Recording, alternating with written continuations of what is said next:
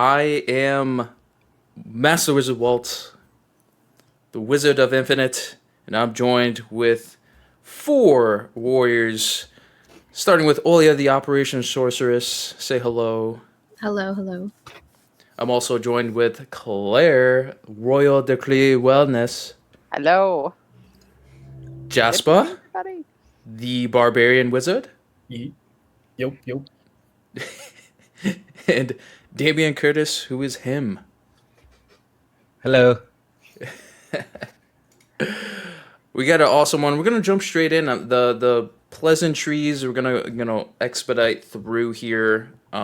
This is our fifth or sixth warrior circle here. So if you missed our other warrior circles and our other topics, then please feel free to go to our YouTube channel. We upload everything for free. You could listen to our conversations, drop some comments, and also feel free to subscribe or like the video, which also helps us get discovered, which would be super awesome as well.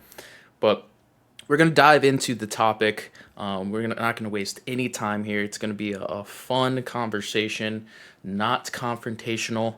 No one's trying to beat anyone in this conversation. We're just trying to weigh out two sides in our first technically debate topic on data versus feelings. Now, before we dive into this topic, I want to kind of premise this topic on it is not choosing either or, and it's also understanding not just what that means, but also why both are important and when to use both, and also how you can actually implement it effectively.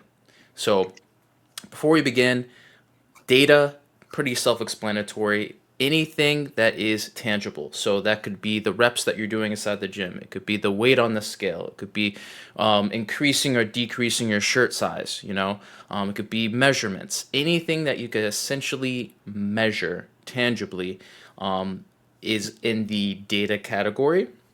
And feelings can be very, very broad. So feelings can be emotions.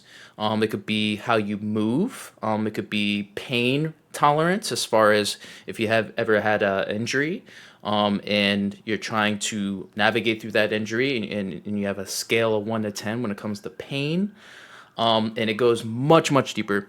So that's pretty much it. Data and feelings.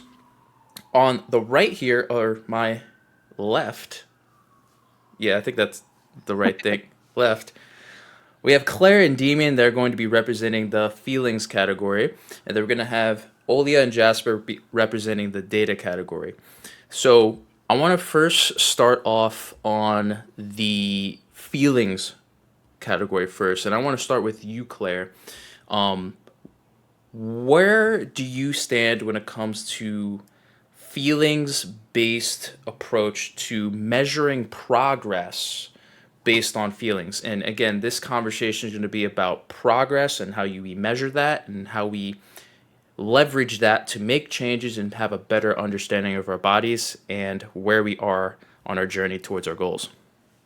Well, as any of you know who've talked to me before, I'm a big feelings coach. That's a big thing for me. And I know one of the first things that I work on with my clients, because most people are coming in, even if they have a lot of strength training experience or a lot of exercise experience, they're usually kind of disconnected from their mind and body in some way, as all of us are as we fluctuate through life. So a lot of my emphasis early on with most people, even those people that are experienced, is working on breath connection and auto regulation. That is like understanding the intensity, understanding your physical response to things, understanding how difficult the workout was by how sore you are the next day, how tired you feel, how hard you were able to push.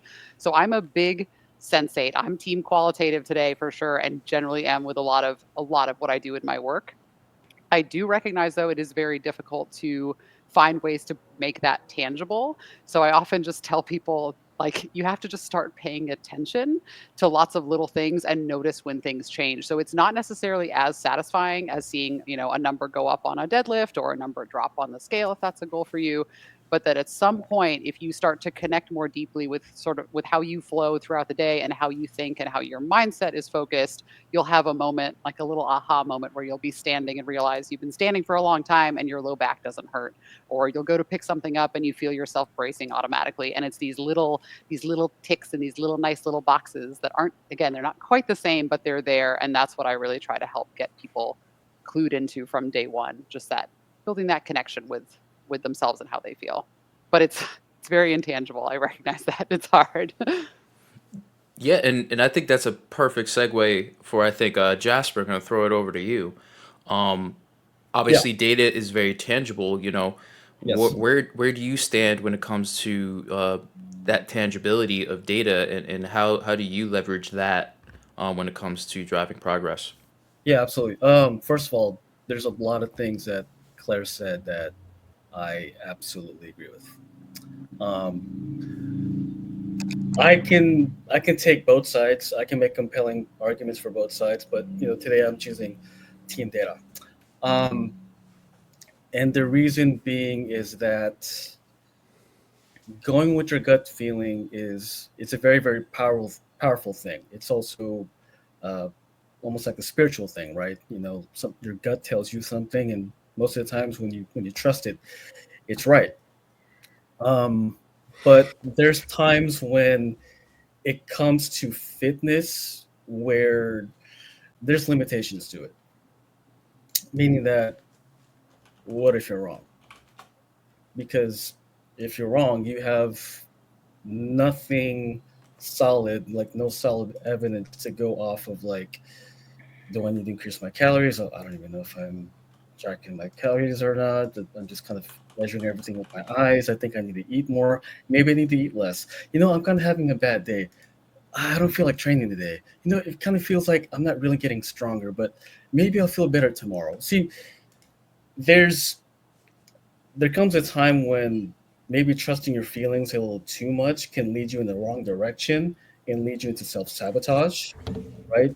Where when you have the data to back it up, you can also attach your feelings to it. So let's say you're having a bad day, you have just a complete shit day at work, everything sucks, you feel like you're tired, but then when you look at your fitness journey and everything that you've logged on your app, like your reps, your sets, your step count, your sleep, and everything, and you see that you're progressing in the right direction, you can attach feelings to that and bring validation to, I'm actually moving in the right direction. I can prove it right here by this graph.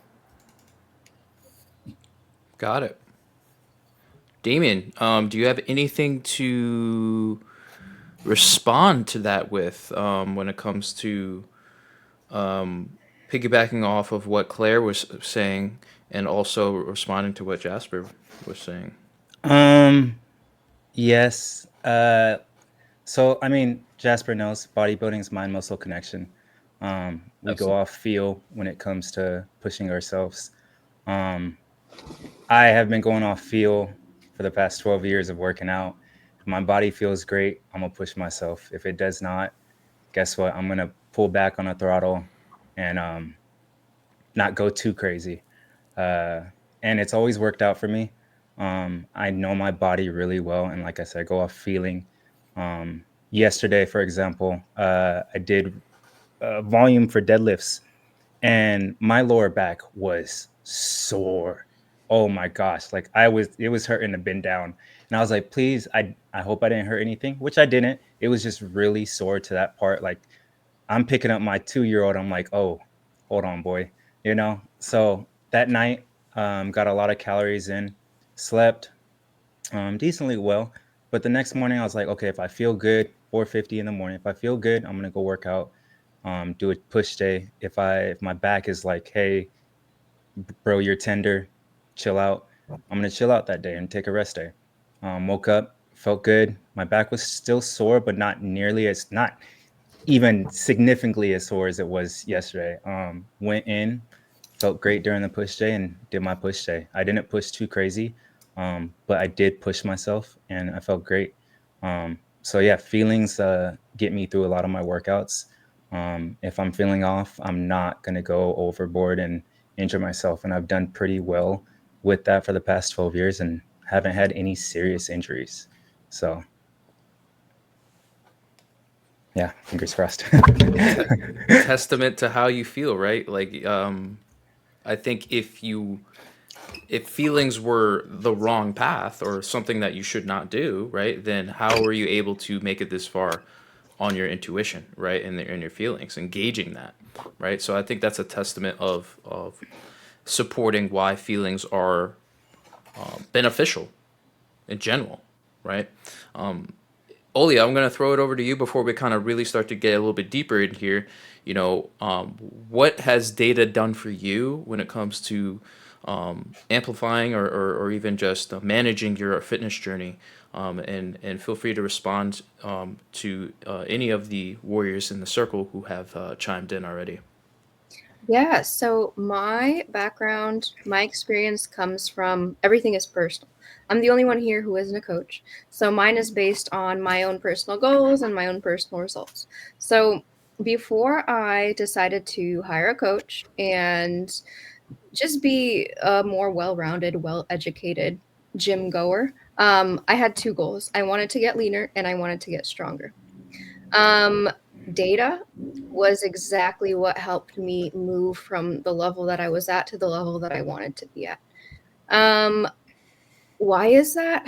I cannot fully trust my feelings when it comes to things like measurements.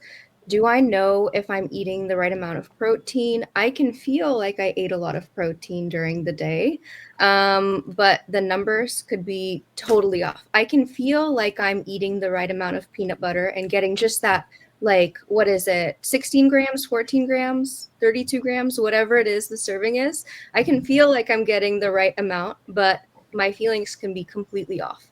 And before I use data to level up, I was I was going off of my feelings of I was eating all the right foods. I was trying to eat the healthiest things that I could possibly eat, but that doesn't mean that I was eating the right amounts of them.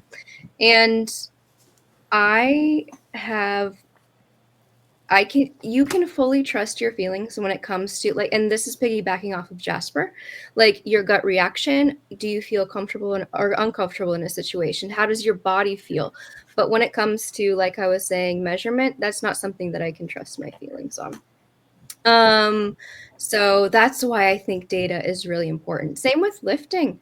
I can feel like or try to remember that I was lifting 225 last lift session for my deadlifts, but I can't always trust my memory either. So I need those numbers to go off of so that I can be smart with my training, so that I can be smart with my nutrition. Yeah, that's if you can get the gist of what I'm saying. Yes, yes. We're going to put it all together here in a moment. So this kind of brings us to, okay, we kind of have both sides as far as like, okay, here is how we use feelings and here's how we use data. But when is one going to be more beneficial than the other? Claire, I'm going to throw it at you. When is feelings going to be more beneficial than getting that tangibility, which is what you were talking about before? So obviously acknowledging that we all are kind of on the same side here and just taking, we're taking a stance to expand on this argument and the details because I use data for a lot of things. But I think um, feelings really come into play, kind of like what Damien was saying, where we really learn to get in touch with our limits. Like I've seen people get injured because they stuck too rigidly to a program and it said they were supposed to go up that week and they did, and they injured themselves, not severely, but had an unpleasant experience, pushed too hard, all the other factors weren't in play. And I think when we get into, it's hard to have it be really black and white with when we look at the full spectrum of our lives. So we, again, and I would be lying if I said that I wasn't approaching every day with at least a little bit of data. Like I'm not someone that tracks, but I'm also coming into my nutrition and training with an enormous amount of knowledge that I sometimes take for granted. Like I know what my protein is because I used to track and because I'm a food scientist and I look at labels and go, okay, cool, 30 grams, great. And I just kind of add it to my little mental stockpile to make sure I'm in the right place.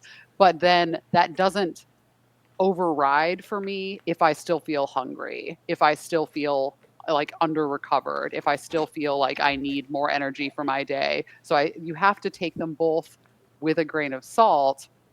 And I think just remembering, I think that data can sometimes undermine our trust with ourselves. Although I really think the point is it's taken to heart from both Jasper and Olia that like we're not right about everything and it is okay to question the foundations of our beliefs. That's a lot of what we do as coaches is help people challenge their own limitations. But I also think that there's a point where that data can start to erode our sense of trust with our gut. And there's like, how do we make sure that we're building up that internal self-esteem and recognizing when we need to rest, but still remembering like, hey, if you want to keep progressing, we do need to have you hitting these certain markers for these specific goals. Where do they come in tandem? But for me, always how I'm feeling will supersede everything else, and I try to honor that as best I can. So if I'm feeling good, we push hard. If I'm not feeling good, we back off. And I think that's one of the biggest times it comes into play is in that intensity and how hard we're pushing. And knowing that you're not being lazy if you're worried that you're injured or don't feel rested and like you have the energy. It's not necessarily a motivation thing. Sometimes it's your body just needing a little more time. Hopefully that answers your question. It does. It does. And I actually want to go to Damien to kind of support you in this.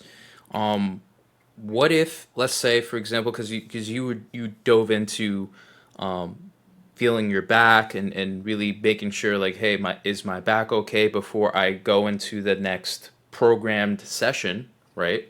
If we were to say data is connected to actual systemization and programming and things like that, let's say for example you trusted your feelings, or let's just say, let me reframe this. Let's say you had a client that is maybe new to training, and maybe they just felt discomfort and they don't quite yet know how to gauge that feeling of just normal discomfort that comes to the gym, that comes with training in general. Normal might be just normal soreness. It might not be anywhere in the spectrum of pain or risk of injury, but just they're just uncomfortable. And maybe they say, "Hey, I'm a little sore, or I don't feel comfortable going into this training session." What would you say to someone like that who may be kind of limiting their ability to kind of step out of the comfort zone and challenge themselves a little bit more, who might just be a little like, hypersensitive?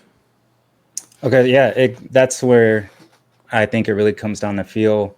I would get them to do their mobility, start warming up, and once their working sets start coming in, that's really where I'm like, how does it feel when you're bracing, when you're pulling with that motion, et cetera, et cetera.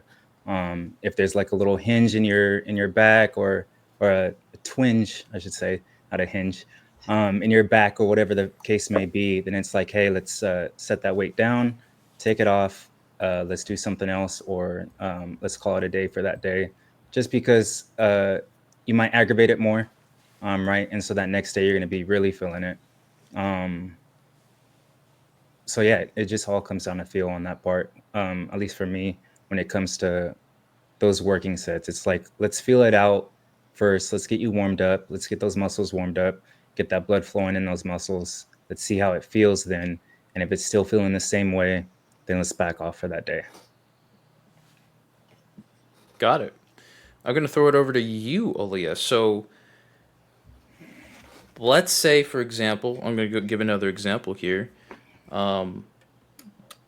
You aren't feeling too good, right? But then data says you're supposed to be doing a 1 rep max on that particular day.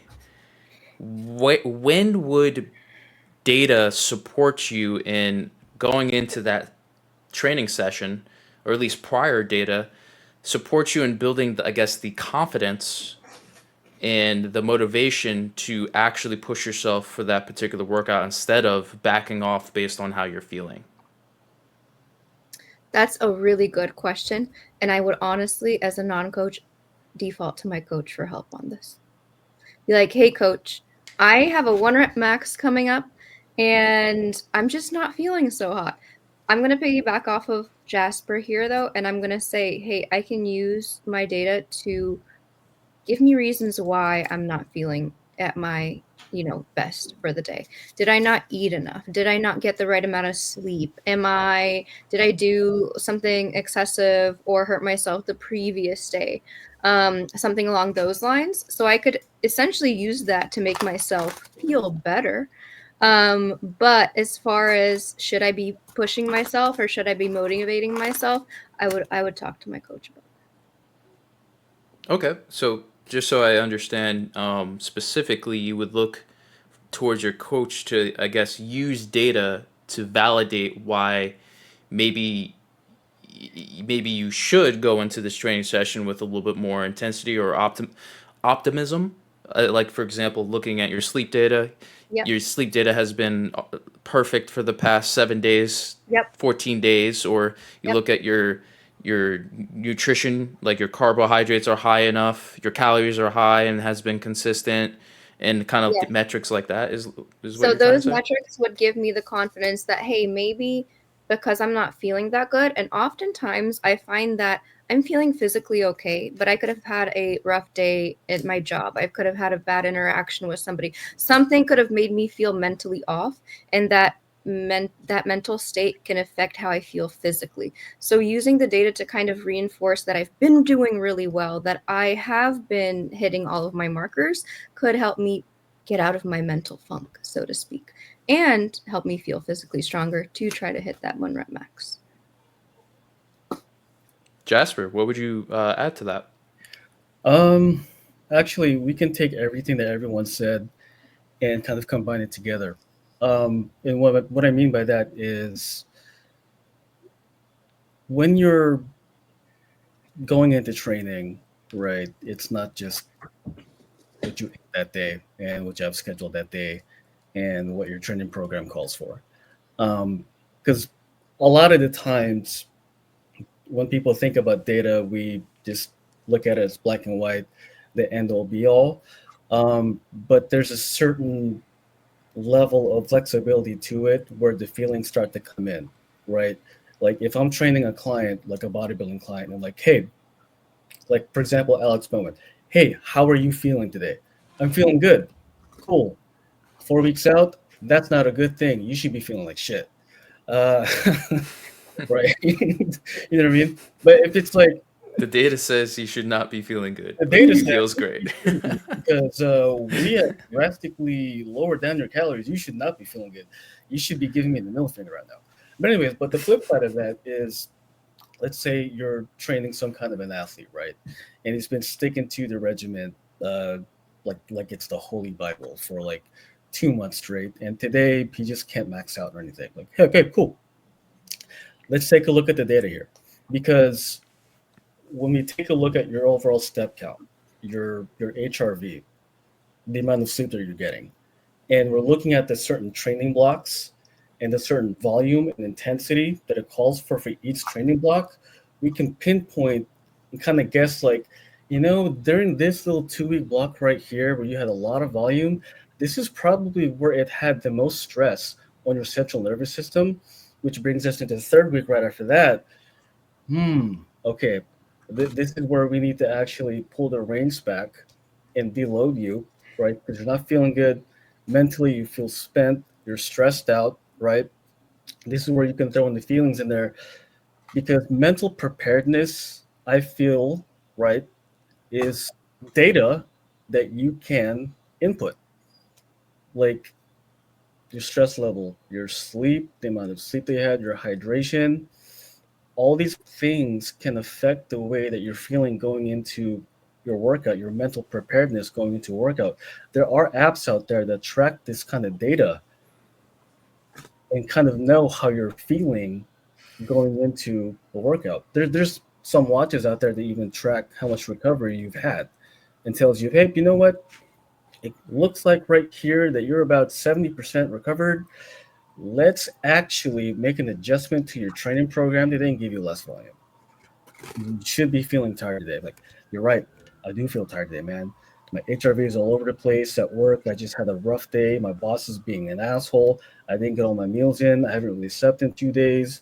And all the data shows that today I'm feeling tired. I really am. I can't do it today. Okay. So I'm gonna bring it now.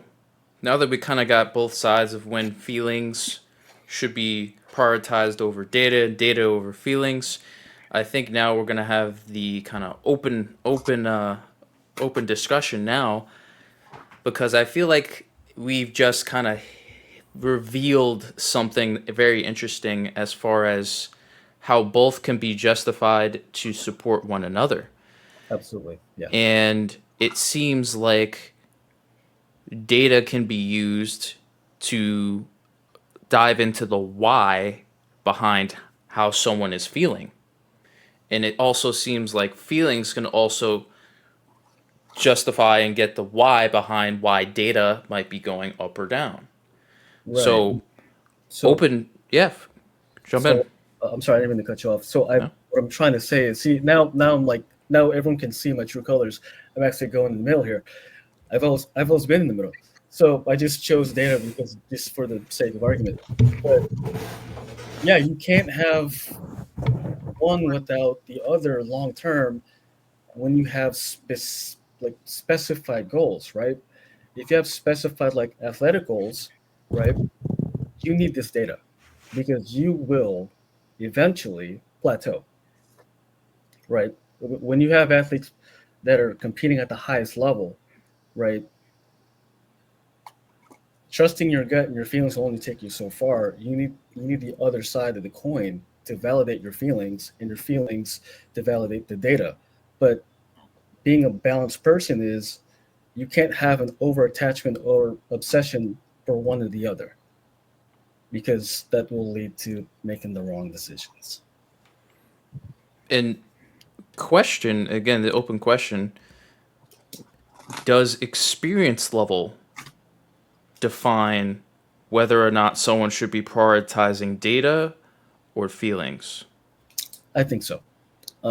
Because right off I'm the gonna throw it. I'm gonna throw it over to sorry. Damien. I'm gonna throw it over to Damien. Don't worry, Jasper. We would have loved your answer too. I'm sure it was amazing. Yes. We'll circle back around. Don't worry. Yeah, There, I think so. Just like if we look at Sebum has monumental experience, right? But then he had to get a coach named Rami, But mhm. yeah, yeah, Hambod, and who's a achievement god when it comes to Olympias, and got him his sixth title.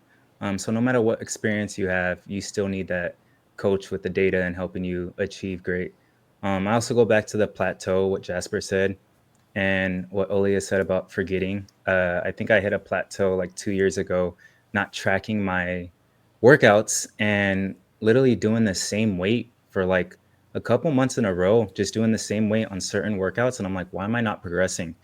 Um, and it was because of that. I was forgetting what weight I was doing. So I'm doing the same weight over and over, and I'm not tracking my workouts. Um, and so, yeah, I mean, anybody else? Yeah, open. It's open. Yeah, I mean, I completely agree that experience level makes a big difference. And, I still consider myself pretty inexperienced. I'm only a few years in. I just had a little more life experience in my past than some trainers do coming in when they know that they want to do it when they're young, which is awesome. Find out early and get into this career. It's so awesome. But I know that that's part of like what I was saying earlier. Like I don't stress about tracking things as much because I tend to get obsessive with it, and I also find it tedious. Like I don't want to track my meals, and I want to write stuff down. It's one advantage to being ADHD as shit. I would not be picking up the same weight for a couple months because I would get the numbers wrong. I would add up my math wrong at least twice, at least bare minimum, and I would lift heavier on accident at least a couple times, uh, or hurt myself, I guess. But I do think that's part of where I try to really toe a line with clients, especially when we're talking about nutrition, which, any of us that are fitness coaches and strength training coaches, we're always talking about nutrition because it's so, so critical to any of our success in here. And as long as somebody is comfortable, if I have somebody who is coming in with basically very limited knowledge, I usually have them take a couple day food diary and I kind of vary that data based on the person. So just for example, like if somebody is very comfortable, I'll have them use a regular app that tracks all macros and micros and calories and whatever. And if they're not, I'll have them hand write things and not worry too much about measuring them, because it will still give me, the person with more experience, scope and information on then what to refine for them. So I try to, this is our job as professionals, right? Is to step in with our experience and help people. It's why we always encourage people to seek out coaches for all of these things.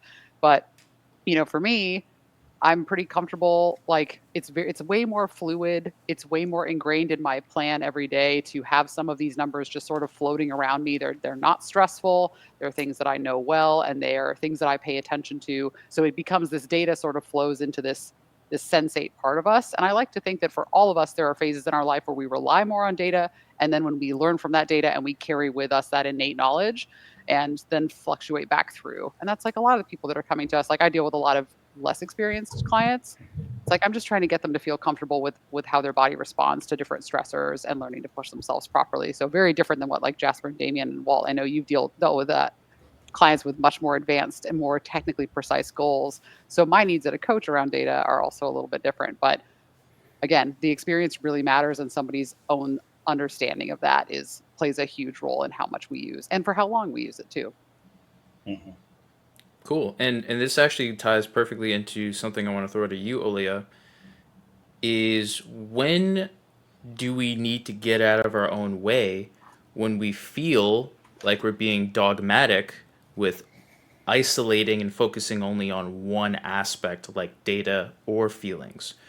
Because I know that was something that you mentioned before, as far as you wanting to hire a coach and really having that experienced person really kind of show you, hey, here's actually what you're not focusing on, and this is why you feel like you're not making progress or might have hit a plateau. I think honestly, for me, it just came down to I was just working so dang hard, and I thought I could figure it out all on my own, but I still wasn't getting to where I wanted to be. So it's like, honestly, it was kind of like a wake up call to, hey, do I want to waste years and years more, or do I want to get help from somebody that's proven that they can do it themselves and they can help hundreds of other people achieve similar things? So it was just fed up with my own self, for spinning my wheels over and over again.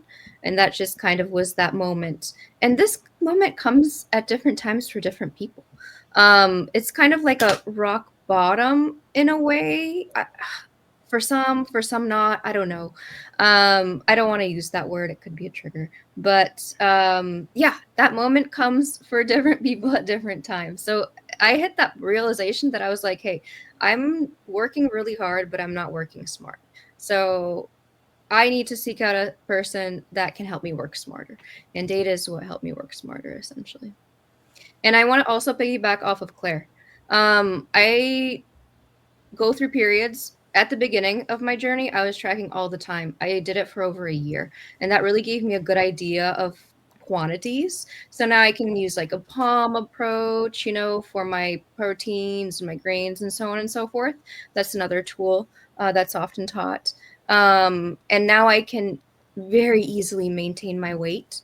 Whereas before, when I had no idea about anything, I would just be gaining weight, and I'd be like, where is this coming from? I thought I was eating super healthy, but I was overeating here and here and here and here. So yes, it comes in periods, right? I'm not a professional athlete. I have periods of, hey, I really want to go after my fitness goals, and I have periods of, I have so many other things in life that I have to deal with. I just need to maintain my health and fitness as much as I can right now. Great I think points. we've all had like an ego death or like a crashing out or a rock bottom around this stuff. That's where I really see it as like a humble up moment of like, Yeah. maybe I don't know anything at all. And maybe I need to ask somebody else, and like, maybe I don't know what the fuck I'm doing. Like I think that's an important moment of clarity for all of us. And I do think, I don't think rock bottom's a bad word for it. I think there's lots of different terms that There's we all different know that feeling. definitions. Yeah. Just Yeah. like, maybe I need some help in doing this right. Maybe I am, maybe I'm working myself too hard in a way that doesn't actually bring me what I need. So finding that balance is key. Yeah, I agree, and just to kind of chime in and add my 2 cents to it is, even for myself, I was on started off on the spectrum when it comes to inexperience, relying too much on feelings and no data. So purely ego, essentially. Coming in, trying to move as much weight as I can with terrible form, thinking I'm like hot shit, and I'm not even close to anywhere of where I could be or should be. And that held me back for a long time until I opened up a book and started to self-educate and started to realize, wow, everything I thought I knew was actually not really as accurate as I thought it was going to be. And that for me was a kind of like that ego death for me. And I think there's a lot of people who just don't necessarily go through that ego death at all, or or just it happens later on with their experience. So their experience actually ends up holding them back because they are so experienced with being in their kind of like box for long periods of time. And that's something that I've noticed with a lot of older individuals who have been trying to be active as consistently as they possibly can for 10, 20, 30 plus years, who are kind of just stuck in their own ways of how they're feeling. Oh, I feel good when I go to the gym. I feel good when I'm doing this, but may not necessarily have made progress or a substantial amount of progress in that time frame. So I think it's very important to kind of know, especially from that feelings department, to know when you might need to start to look at some data to really provide some justification of that feelings that you're having, so that you're not kind of leaning too far, or as they say, the expression, flying too close to the sun, and burning yourself with essentially plateauing, lack of progress, and just kind of being stuck in your old ways. But then also vice versa, right? Really knowing when data is not going to be supportive for providing you either that temporary motivation boost for you to actually show up, even though the data says, hey, it's a rest day. Maybe you lowered the intensity throughout the week, or maybe you just need to go to the gym for your mental health, right? There's so many reasons why you want to maybe sometimes put that data to the side and really focus on, hey, I feel like doing this, I'm going to go do it, right? Or I feel like I can actually push it harder today, even though the data says I shouldn't. It's one of those things where I think for a lot of people, that only comes with intuition and really comes with experience, and also trial and error as well. But more importantly, like Claire was saying in the very beginning, is really having that self-awareness, really gaining that awareness of yourself first and how you feel and how you think, and then building off of there and using data to amplify that and really provide and support you even more with that. So on that note, final question for everyone here. This was a very awesome topic that we had here. Data versus feelings. So I think I can speak for everyone here that regardless of whether you're inexperienced or experienced, whether you like one more than the other, both are necessary at a particular point in your fitness journey. One point might be emphasized a little bit more. Maybe if you're a beginner, it seems like feelings based is going to be very, very important because you're kind of still understanding how your body's moving, what you're putting in your body, and things like that. And then once you move on into your career, data can become more and more important, especially as you plateau or even just get close to your genetic potential naturally, right?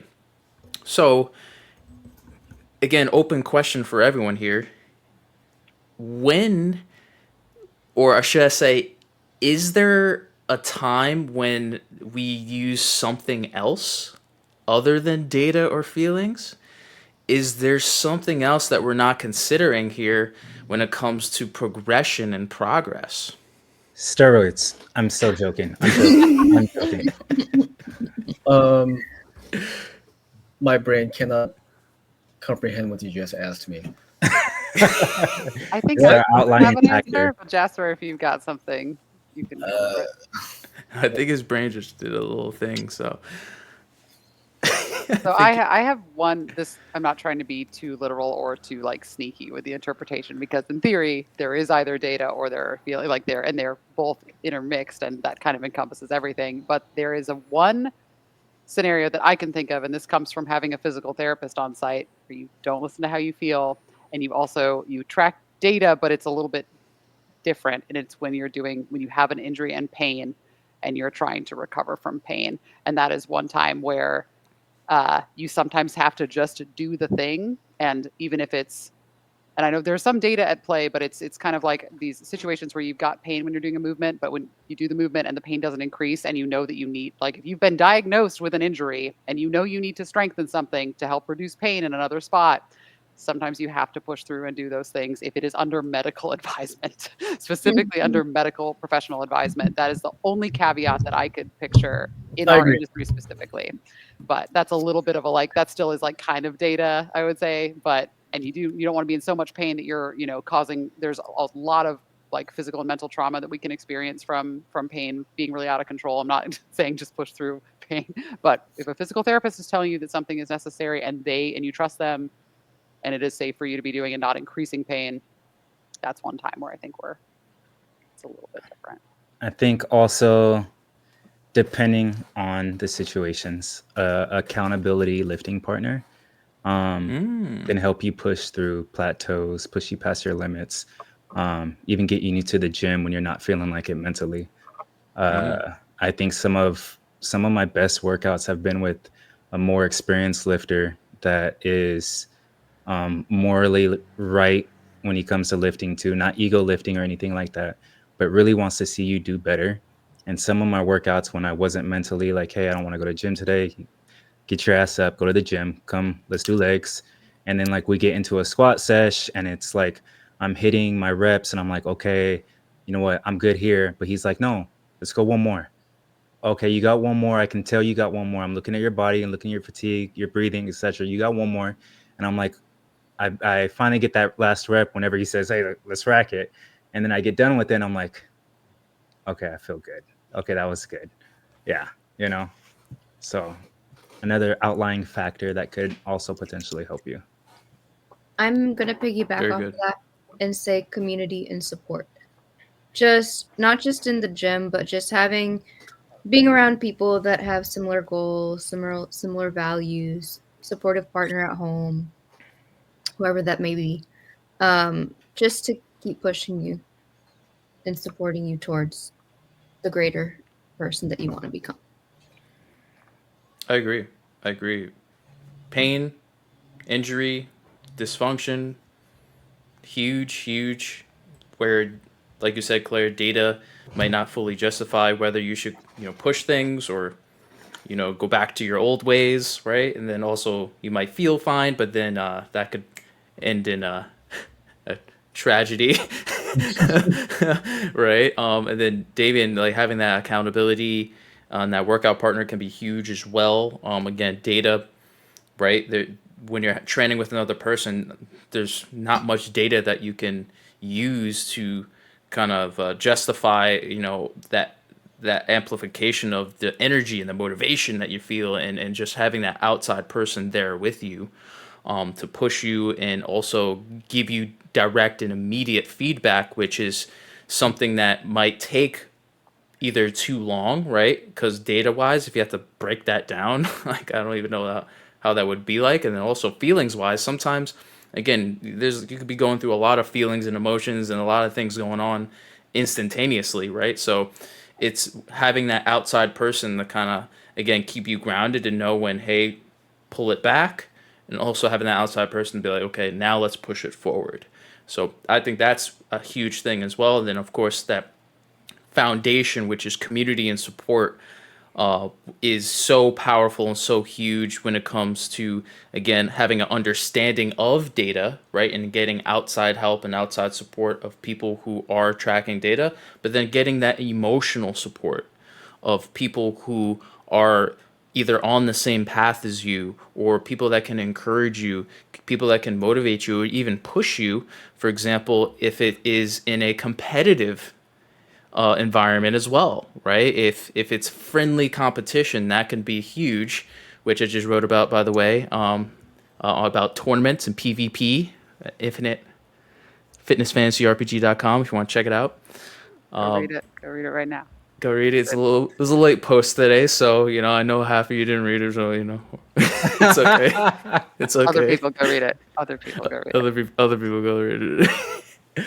So, yeah, I think this was really, really awesome because this was about data versus feelings, but then we kind of uncovered and really kind of, I think, in my opinion, broke down why both are necessary and why both are needed, and when they are both needed and when one is needed and not needed and is needed, and also hidden ways where things can connect the data and feelings and amplify that and take it to the next level with accountability, workout partners, support, and also really going through again on that very, very unique use case of pain, dysfunction, and injury. Again, from a medical standpoint, we really kind of can see the connections and also differentiation of each one of these options. So awesome conversation. Any final thoughts on data versus feelings, guys? I think I would just say that if you're fully trying to go by feelings or you're fully trying to go by data and either one of them is making you feel miserable, that's the time to second guess your approach and seek out some Yeah. help, and just always being willing to recognize if something isn't working for you. And if because it shouldn't make you feel bad. That's all I'm gonna say. You shouldn't hate doing it. You shouldn't feel like shit about yourself because of the way you're thinking or the way that you're collecting data. It should support you and feel like it gives you good feedback, whether that's intuitive or analytical. And that's when just always be willing to reevaluate and ask for help if you need it. There's no shame here. We've all messed this up at some point and needed to ask for help and needed to change our ways. So just it's your path, and don't be scared to reach out. And someone could also, by the way, like take off that stress from you so they could just put it on themselves, and make your life easier. Yeah. What Yeah. are those fish in Avatar? Are they koi fish? Yin and Oh, yang yeah. in the Mhm. in the North Pole. Mm-hmm. Yeah. Yeah. Be a koi fish. Yin and yang. Mm. Balance. Wow. Mic drop. You just leave now, Damon, and then we'll be like, wow, we are so enlightened, man. That was like everyone just needs to like sit on that right now. That was awesome. Just let Love them it. marinate. Love it. Love it. How about Can you, you- Bree? Anything else? Can you top that, Jasper? I know. I was gonna say. Check out the website. There you go. You topped it, bro. The link is coming up right about now. Oh, wait. The link is coming up right Uh, there. Oh, you go. Get your sexy on. I've Nice. been saying for the past 3 weeks, get your sexy on at fitnessfantasyrpg.com. Great send off on that one. Olia. This was really fun. It was awesome hearing everybody's point of view, and it was so cool to see how we came together in the end. Aw. I agree. Oh, I mean, it was so difficult. I'm just like, I'm so balanced, though. I need both. Yeah, I honestly, just from my perspective of you guys, I was very surprised by how I say open each one of you were to the opposition when it comes to thinking about the other side of things and not being so hyper focused on one aspect, which kind of is the core theme, actually, of not Right. being hyper focused on one or the other. So I love how each one of you demonstrated that, and I had a blast, being in the middle ground and chiming in and just really listening to all of you and processing it and really, really understanding it. And I hope all the listeners also appreciate it as well. And like Jasper was saying, if you enjoyed this conversation and you want to hear more of these conversations, you can actually join us again next week in the Warrior Circle on Wednesdays, 6 p.m. Pacific time, 9 p.m. Eastern Standard Time. We are going hard still to this day. I think this is number 6 in a row. So ever since we started, we have not stopped. And as long as we have people that want to gain value from Infinite and the Warrior Circle and are eager to learn and grow and take their mind and body to the next level, then feel free to join us live. We would love to see you all in the chat, either on YouTube or Twitch. Links will be on all of our social media platforms. And as always, this is Walt, Master Wizard of Infinite, by your side as your guide on your fitness adventure. And we'll see you Warriors next week in the Warrior Circle. Thanks for tuning in. Qualitative rules. Yeah. Woo. And quantitative. Yeah. You need both. I just had to be a little toxic right at the end. Love it. Love it. Till next week, guys. Bye bye.